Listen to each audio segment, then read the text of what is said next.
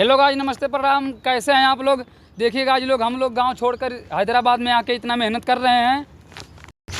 तो हेलो भाई लोग, अगर आपको वीडियो पसंद आए तो लाइक करें, कमेंट करें, दबा के शेयर करें ताकि आपके लिए हम नए नए वीडियो लाते रहें।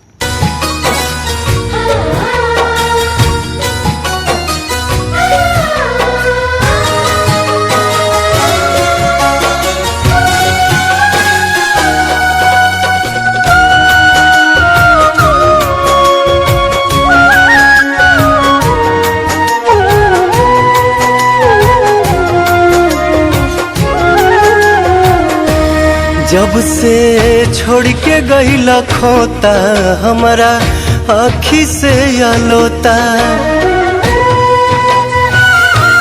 जब से छोड़ के गईला खोता हमारा आँखी से आलोता। ना ओंघाई आवता, मन लागत नइखे कतही हमर बाबूजी। खबरो आई आवता, मन लागत नइखे कतही हमर बाबूजी। खबरो आई आवता।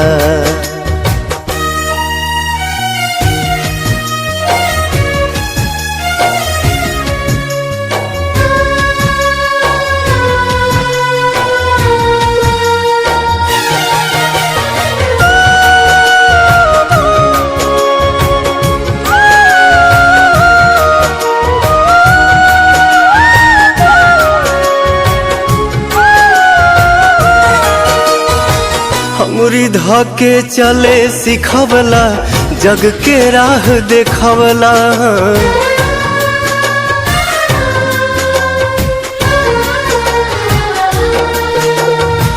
अंगुरी धके चले सिखवला, जग के राह देखवला।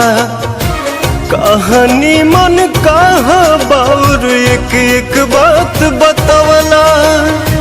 कहानी मन कहाँ बाउर एक एक बात बतौला। अब ता कुछ न बुझाता, हमके कुछ न सोहाता। याद रही रही के अंतिम विदाई आवता।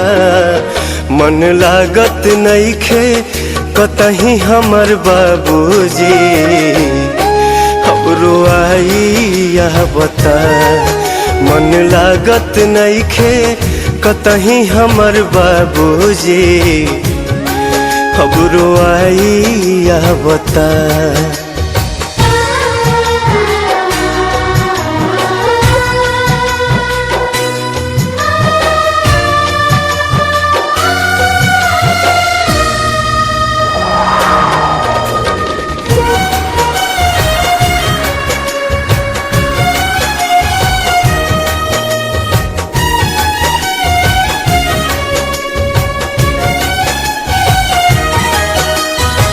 इतने बात के सबूर बाकी ई दुनिया के रीत बा।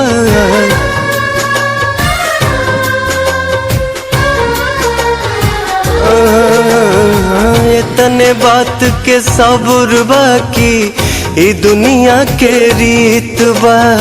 मन के पंछी के उड़ जाते सुना सा संगीत बा। मन के पंछी के सुना सा संगीत बा। प्यार पल पल जतावल नेह गुस्सा में।